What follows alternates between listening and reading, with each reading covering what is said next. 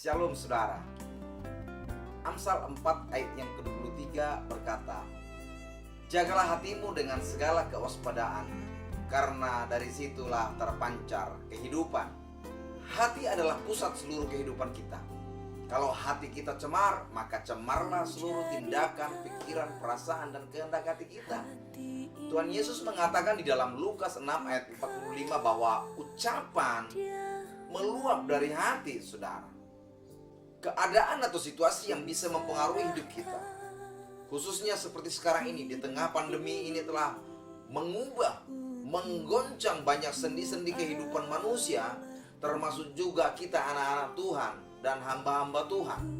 Kalau kita tidak bisa menjaga hati kita, situasi ini bisa membuat kita bersungut-sungut, marah, menyalahkan orang lain, menyalahkan gereja, menyalahkan hamba Tuhan, menyalahkan pemerintah, bahkan menyalahkan Tuhan. Saudara yang dikasihi oleh Tuhan, tidak semua keadaan kita bisa ubah, sebab ada hal-hal faktor di luar kontrol kita. Tetapi apa yang bisa kita lakukan adalah bagaimana kita menjaga hati kita atau respon kita terhadap situasi kita alami, saudara. Bagaimana kita menjaga hati kita. Ada 3 hal yang saya rindu berbagi berkat firman Tuhan bagi kita semua. Yang pertama, mengambil sebuah keputusan hati, keputusan batin untuk kita bersyukur di dalam segala hal itu. Dalam Habakuk 3 ayat 17-18 dikatakan demikian.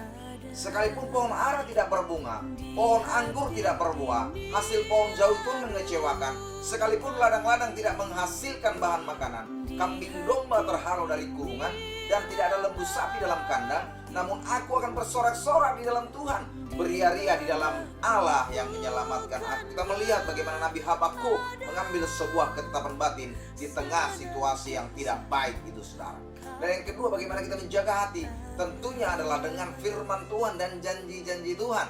Dalam Mazmur 119 ayat 11 dikatakan, dalam hatiku aku menyimpan janjimu, supaya aku jangan berdosa terhadap engkau.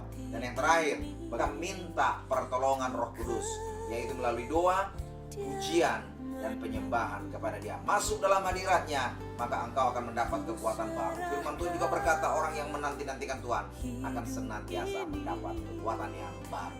Puji nama Tuhan. Saya dengan Pendeta Raiful Sirait, kiranya berkat Tuhan bisa menjadi berkat bagi kita semua. Tuhan memberkati.